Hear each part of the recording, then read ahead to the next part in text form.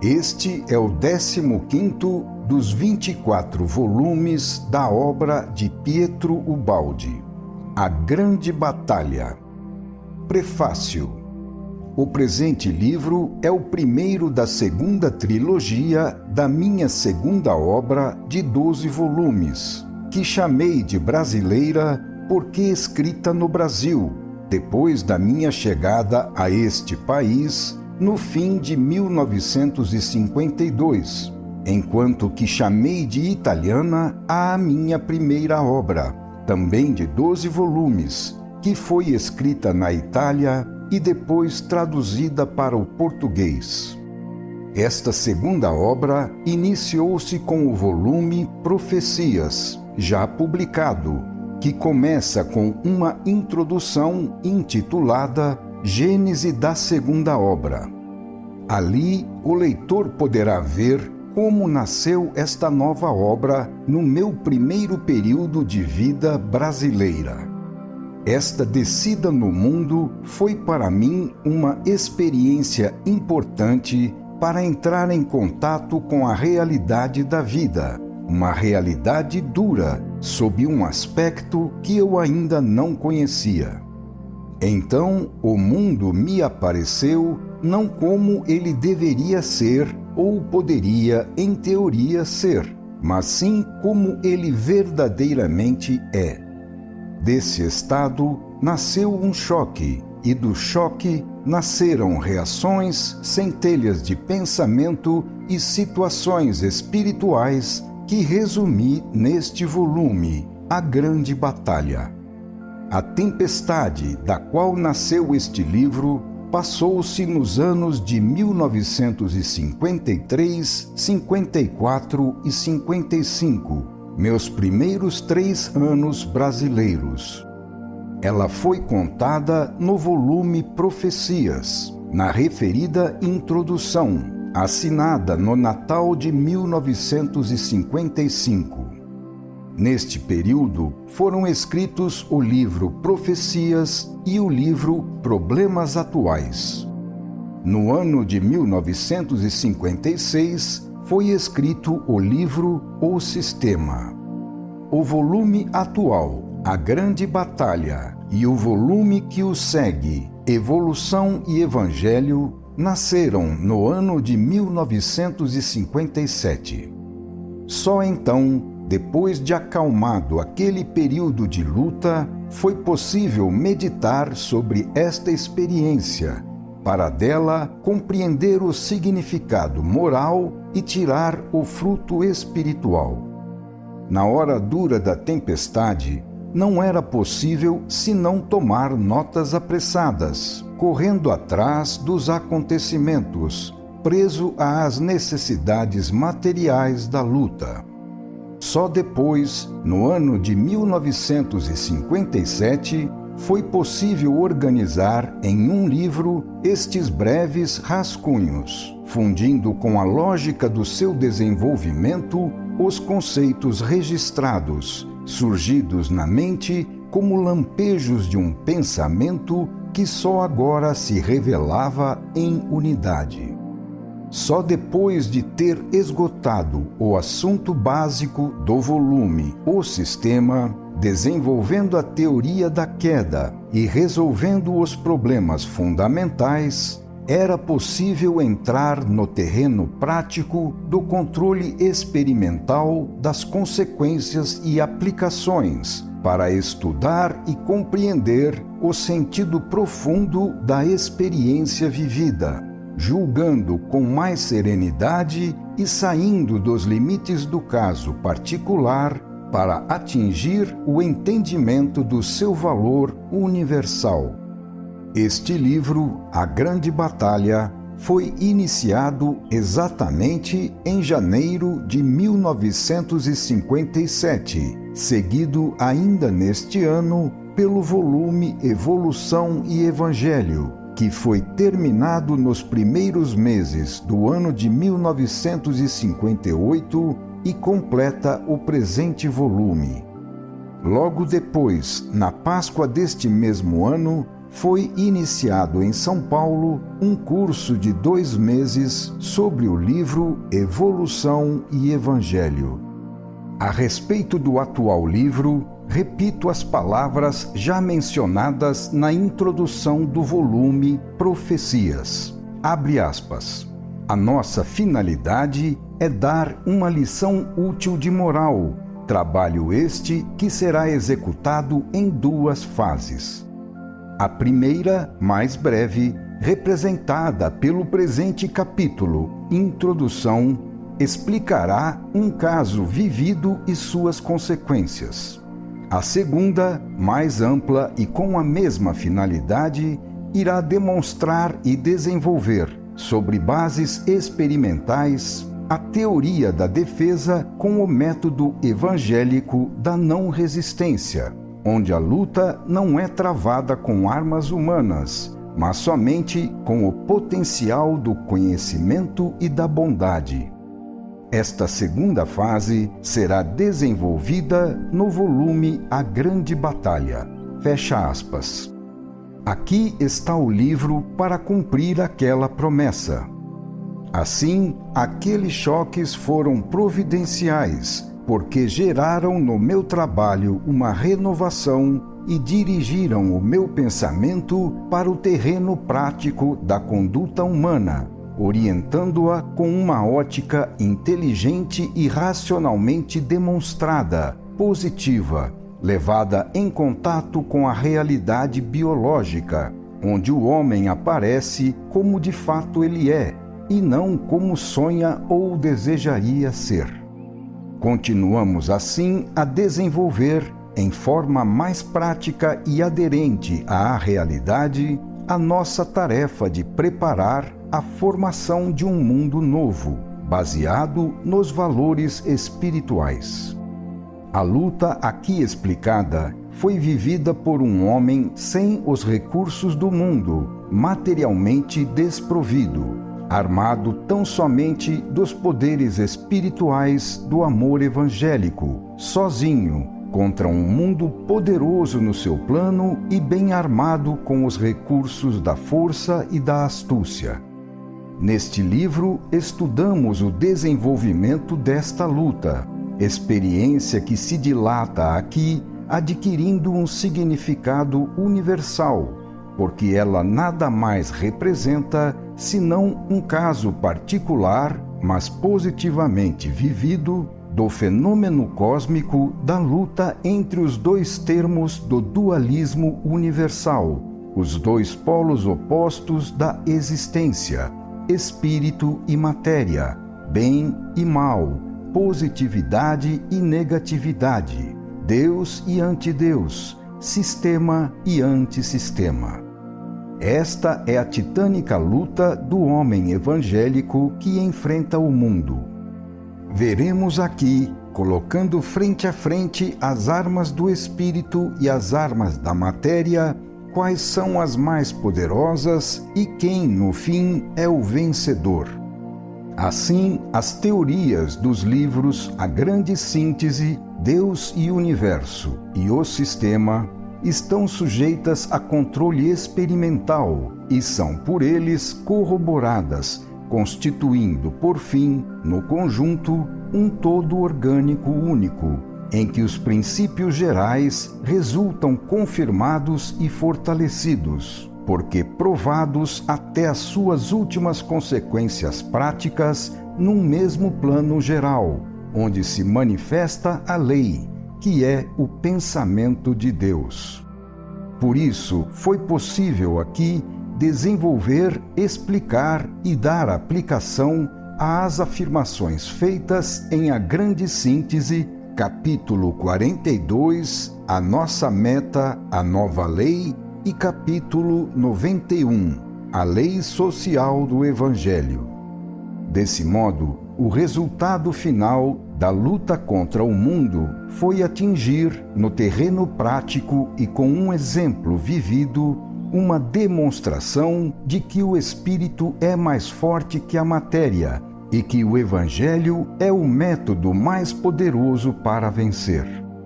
Assim, no plano teórico, as provas experimentais confirmam a verdade das teorias sustentadas nos meus livros. Aqui já estamos longe dos sofrimentos pessoais da luta. O problema se afasta do caso particular. Subimos a um plano mais alto e universal, em que triunfam o espírito e, com sua vitória, o domínio dele sobre a matéria. Não nos interessa mais a história dos choques e dores humanas, mas apenas o triunfo do Evangelho. A primeira parte, humana e negativa, já foi por nós rapidamente frisada na referida introdução ao volume Profecias. Para nós agora, interessa mais de perto mostrar a parte positiva e criadora, que prova a superioridade e o vitorioso poder das forças espirituais. Então, o que aconteceu foi bom, pois sofrimentos e provas também são úteis e podem gerar bons frutos.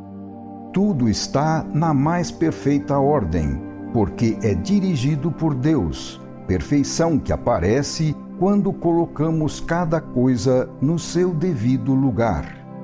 Para mim, o maravilhoso resultado experimental foi a aproximação cada vez maior da presença de Cristo, uma presença viva, percebida, seja no desenvolvimento dos acontecimentos por ele dirigidos, seja como sensação da sua vizinhança espiritual.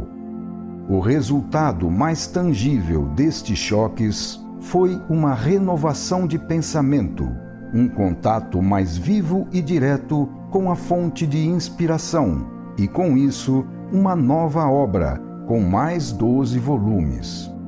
Assim, tudo se resolveu na continuação lógica do plano pré-estabelecido e inviolável que sua voz me havia anunciado antes da minha saída da Itália, para que eu o desenvolvesse no Brasil. Chegava, então, o selo de confirmação de todo o passado, demonstrando com isso que nada estava errado, porque aquele impulso originário feito por sua voz, com o fato de conhecermos agora o triunfo sobre todos os obstáculos, dava a prova concreta de sua verdade, com um exemplo positivo de vitória. O mundo que estava olhando precisava de um exemplo concreto, realizado nos fatos, em que as teorias encontrassem aplicação num teste, saindo vencedoras. Dentro do próprio ambiente humano, onde só vale o mais forte, porque vence, era necessário demonstrar com os fatos que Cristo é o mais forte. Era necessário um exemplo, mas um exemplo de vitória, porque o homem apenas aceita como verdade o que haja dado prova de saber vencer, única razão pela qual o segue, pois de outro modo o despreza. Explica-se assim como tenha o cristianismo precisado de um triunfo material com o imperador Constantino para se fixar na terra e conseguir trazer o Evangelho até nós. Esta experiência evangélica, que narramos aqui em sua substância, aliada ao fato de haver sido ela bem-sucedida, constituía o acontecimento mais necessário neste ponto do desenvolvimento da missão, a fim de afastar as acusações de utopia por parte dos práticos, que consideram o Evangelho um absurdo irrealizável. Aqui temos fatos que provam o contrário. A lógica, a razão e os acontecimentos em concordância deram confirmação da verdade que havia sido recebida por inspiração, tudo convergindo para demonstrar que a lei do merecimento vence, porque está acima das leis da força e da astúcia que vigoram no mundo. Então, o Evangelho não é só uma teoria, um método de vida reservado apenas para os santos. Não é, na prática, um absurdo irrealizável como se acredita, mas é a lei da maior utilidade individual e coletiva, para ser vivida também na realidade do nosso mundo. O presente livro, portanto, representa a fase da realização prática da missão, que de pensamento torna-se ação. Chegou assim a contrapartida que faltava, a realização prática das teorias. Em resposta às necessidades da pesquisa, tudo isto tomou o valor de experiência, significando um controle positivo. E não há nada melhor que a concordância com os fatos para demonstrar que uma teoria é verdadeira. Um dos aspectos novos desta segunda obra está no fato de se ter levado aqui as teorias em contato com a realidade da vida e com as leis do atual nível de existência humana. Há muito tempo que andava observando como funciona esse estranho animal que é o homem. A conduta dele me parecia tão contraproducente para a sua própria vantagem que eu não podia acreditar que se tratasse de um ser sensato. Para chegar a compreender tal absurdo e a lógica da sua presença, tive que desarmar os castelos e desfazer os emaranhados das filosofias, das revelações religiosas, das teorias econômico-sociais e políticas, dos sistemas éticos e jurídicos, das ilusões psicológicas e dos instintos, frutos do subconsciente, esclarecendo os problemas até as suas primeiras origens teológicas na criação realizada por Deus. Então tudo tornou-se claro. E somente nesta pesquisa teórica podiam ser encontrados os pilares para sustentar a interpretação e nos dar a explicação dos fatos que depois, em nossa experimentação, encontramos na realidade da vida. Explica-se, assim, a prática do fingimento, o uso do método anti-utilitário da força e da astúcia, o absurdo da procura da felicidade pela semeadura do sofrimento. Explica-se por que o homem, devido à sua involução, prefere seguir a lei da animalidade com todas as suas duras consequências. Ele é como um menino ignorante e teimoso, que está sofrendo por não conhecer quais são os caminhos para atingir a tão almejada felicidade. Mas ela está ao alcance das suas mãos, e ele poderia agarrá-la, bastando que soubesse movimentar-se com inteligência, do modo certo. É para preparar tempos melhores, de menor sofrimento para todos, que estamos aqui gritando aos surdos e deixando tocar os fatos aos cegos, num desesperado esforço de clareza para ser entendido, a fim de que seja compreendida a vantagem do sistema evangélico, afastando assim a causa da dor. No entanto, às vezes, esta paixão e compaixão é julgada orgulho, pregação cansativa, absurdo utopista. Contra esta realidade, só uma pode ser a reação do mais adiantado: ajudar os outros a subirem.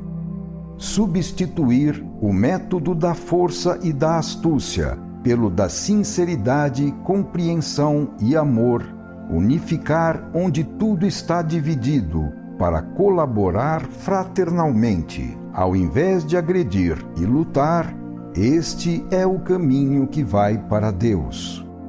Assim, o nosso trabalho está se completando nas suas 3 fases. Primeira, o trabalho inspirativo para registrar por escrito os conceitos fundamentais da orientação no plano geral, chegando à solução teórica do problema. Segunda, o trabalho de controle racional, desenvolvido nos livros para provar a verdade das teorias afirmadas.